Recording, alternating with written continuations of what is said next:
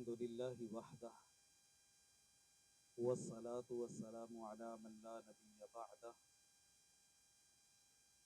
أما بعد فأعوذ بالله السميع العليم من الشيطان الرجيم بسم الله الرحمن الرحيم ألف لام ميم ذلك الكتاب لا ريب فيه هدى للمتقين وقال النبي عليه الصلاة والسلام اشراف امتی حملۃ القرآن او کما قال علیہ الصلاۃ والسلام۔ الحمدللہ عزیزم حافظ محمد اذان نے اپنی قرآن مجید کی حفظ کی منزل کی تکمیل کی سعادت کو حاصل کر چکے ہیں۔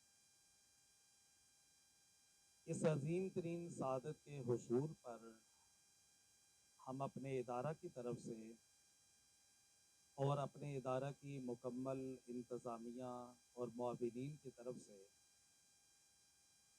حافظ محمد اذان عزیزم کے گھر والوں کو، حافظ صاحب کو، تمام تر اہل خانہ کو اس عظیم ترین سعادت پر مبارکباد پیش کرتی ہے۔ اللہ سبحانہ و تعالیٰ اس گھرانے کے لیے یہ قرآن مجید کے حافظ کی صورت میں اس اعزاز کو ان کے لیے باعث شرف بنائے دنیا کے اندر، اور کل قیامت کے دن یہی اعزاز ان کی نجات کا سبب بنے۔ معزز سامعین محترم، قرآن مجید کو حفظ کرنا یقیناً بہت بڑے اعزاز کی بات ہے۔ جہاں پر یہ ایک عظیم ترین اعزاز ہے، اسی کے ساتھ ساتھ یقین جان لیجئے اس قرآن مجید کے حفظ کے اندر انتہائی سخت ترین محنت، کوشش اور کاوش درکار ہے۔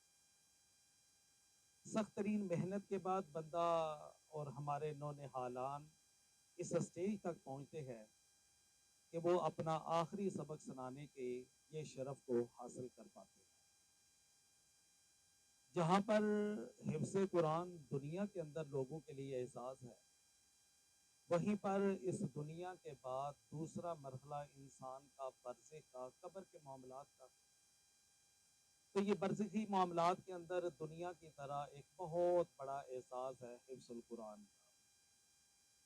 پھر اس کے بعد اس کائنات کا آخری مرحلہ میدان محشر اور حساب کتاب کے مرحلے سے گزرنے کے بعد جنت جیسے انعام اور جہنم کی سزا کا مرحلہ تھا۔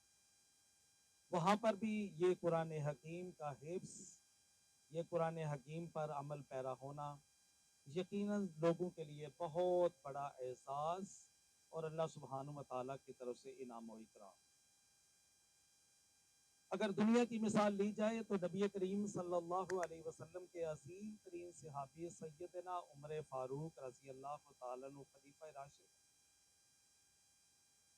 انہیں اپنے دورے کے سلسلہ میں یہاں سے کہیں جانا پڑا۔ جب وہ وہاں پر پہنچے تو اسی جگہ پر ان کی ملاقات مکہ کے گورنر سے ہوئی۔ ان سے سوال کیا کہ آپ کو تو میں نے مکے کا مسئول اور ذمہ دار قرار دیا تھا، آپ اس وقت مکہ میں ہونا چاہیے تھا، تو آپ مکہ سے یہاں تک کیسے پہنچے؟ پیچھے ذمہ داری کس کو دے کے آئے؟ تو سیدنا فاروق اعظم رضی اللہ تعالیٰ کے گورنر جو مکہ کے اندر تعینات تھے بتلانے لگے، جناب میں نے وہاں پر ابن ابزہ کی ذمہ داری لگا کے آیا ہوں، وہ مکہ کے میری عدم موجودگی کے اندر گورنر اور معاملات کو دیکھیں گے۔ سیدنا عمر فاروق رضی اللہ تعالیٰ نے ان سے سوال کیا، یہ ابن ابزہ کون ہے؟ میں نے تو یہ اس سے پہلے نام ہی نہیں سنا، میں تو نہیں جانتا، تو معروف صحابی ہیں یا عالم دین ہے، کیا ہے؟ آخر آپ نے مکہ جیسی عظیم ترین بستی کے اندر ان کو تعینات کیا ہے، تو کچھ تو سوچ کے کیا ہوگا، آخر کیا خوبی ہے ان کے اندر؟ فرمانے لگے، امیر المومنین میں نے ابن ابزہ کو قرآن کا بہترین حافظ پایا ہے، میں صرف یہ جانتا ہوں وہ قرآن کو خوب جاننے والا اور خوب پڑھنے والا ہے۔ وہ قرآن کا بہترین قاری ہے. میں نے اس کے وصف اور خوبی کی وجہ سے مکے کا اس کو گورنر تعینات کر دیا. حضرات ذی وقار، یہ صحابہ اکرام کا ایک حسن انتخاب تھا کہ انہوں نے جب ایک اہم ترین عہدے کے لیے کسی کو تعینات کرنا ہوتا تو وہ اس کی باقی صلاحیتوں کی بجائے قرآن کو دیکھا کرتے تھے کہ قرآن کے اندر کتنی مہارت اس بندے کے اندر موجود ہے. جو انسان قرآن کے اندر ساتھ محبت کرنے والا ہوگا، قرآن کے ساتھ عقیدت اور پیار اس کا ہوگا، تو وہ انسان اپنے سارے معاملات میں کامیاب ہو جائے گا. تو اسی وجہ سے انہوں نے مکے کا گورنر ابن ابزہ کو مقرر کیا. تو حضرات ذی وقار، یہ صحابہ کا انتخاب. اب اسی انتخاب سے اللہ رب العالمین کی طرف سے میدان برزخ، میدان حشر، ان معاملات کو دیکھیے. ہر جگہ پر احادیث اور تفاسیر میں ایسے بے شمار واقعات اور اشارات موجود ہیں کہ سرور کائنات صلی اللہ علیہ وسلم نے ارشاد فرمایا، جب بندہ اس دنیا کو چھوڑ کے چلا جائے گا تو جیسے ہی اس کے حساب کتاب کا معاملہ شروع ہوگا، قبر کے اندر بھی یا پھر میدان محشر کے اندر بھی، اور وہ دنیا کے اندر حافظ قرآن کی تلاوت کیا کرتا تھا. ابھی سونے کا اوقات قریب ہے تو سونے سے پہلے سورہ ملک اور سورہ سجدہ کی تلاوت. تو قیامت کے دن اللہ سبحانہ و تعالی انہی صورتوں کو جسم عطا کر دیں گے. یہ صورتیں ایک بادل کی طرح اس کے اوپر سایہ کیے ہوئے ہیں، یا پھر پرندوں کی طرح اس کے اوپر چل رہی ہیں. اور جب اس دنیا سے چلے جائیں گے، ہمارے لیے کوئی دعا کرنے والا باقی ہوگا. حافظ کو پتا ہوگا باپ کی قبر پہ کھڑے ہو گئے دعا ہی کس انداز سے کرنی ہے، دعا کیا کرنی ہے. اوروں کو نہیں علم وہ دعا کیا ہوتی ہے. بس جو قاری صاحب، حضرت صاحب نے دعا کروا دی، آمین صرف کہنے والے ہوں گے. لیکن حافظ قرآن کے جذبات کچھ اور ہوں گے. اسے تو پتا ہوگا میرا باپ ہے، میں نے اپنے باپ کے لیے دعا کیا کرنی ہے، کیسے کرنی ہے. اور یہ کون کریں گے؟ یہ حافظ قرآن ہوں. تو اس لیے اپنی اولادوں کو حافظ قرآن بنائیں، ان کے دل و دماغ کے اندر قرآن کی محبت پیدا کریں، قرآن کے ساتھ پیار اور الفت کا ان کو درس دیں، اور اپنے گھروں کے اندر بھائیوں اور بہنوں قرآن کی تلاوت کو معمول بنائیے. آج بڑے افسوس کے ساتھ حالات کے مطابق ہمیں کہنا پڑتا ہے، کل تک جب ہم ہندوستان سے جدا نہیں ہوئے تھے، مسلم اور ہندو ایک ساتھ رہتے تھے. لوگ کہتے تھے اگر پہچاننا ہو کہ مسلم کا گرانا کون ہے، صبح کے وقت گلی سے گزرو، جس گھر سے تلاوت کی آواز ہوگی یہ مسلمان کا گرانا ہے. یہ مسلمان کی پہچان ہوا کرتی تھی. جس گھر سے تلاوت قرآن کی آواز آتی، لوگ کہتے تھے یہ مسلمان کا گرانا ہے.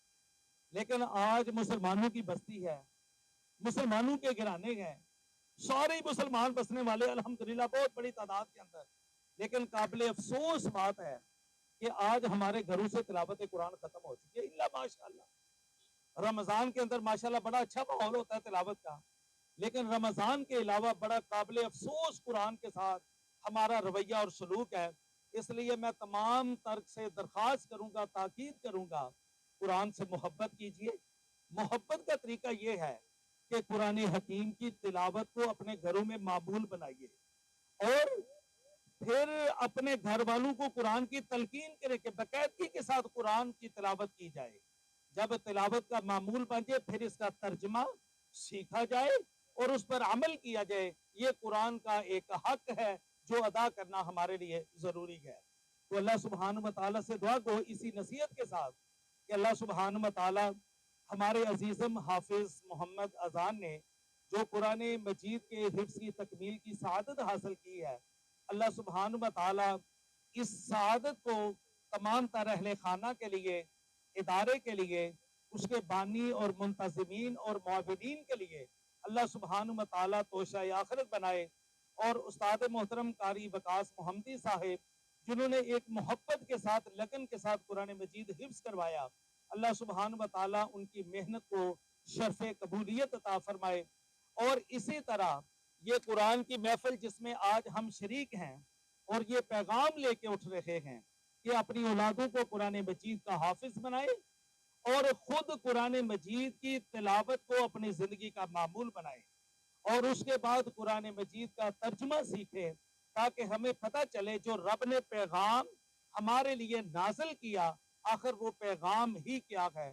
میں انہی نصیحت کے الفاظ کے ساتھ، دعاؤں کے ساتھ اپنی گفتگو کا اہتمام کرتا ہوں کہ اللہ سبحانہ و تعالی ہم سب سے یہ قبول و منظور فرمائے۔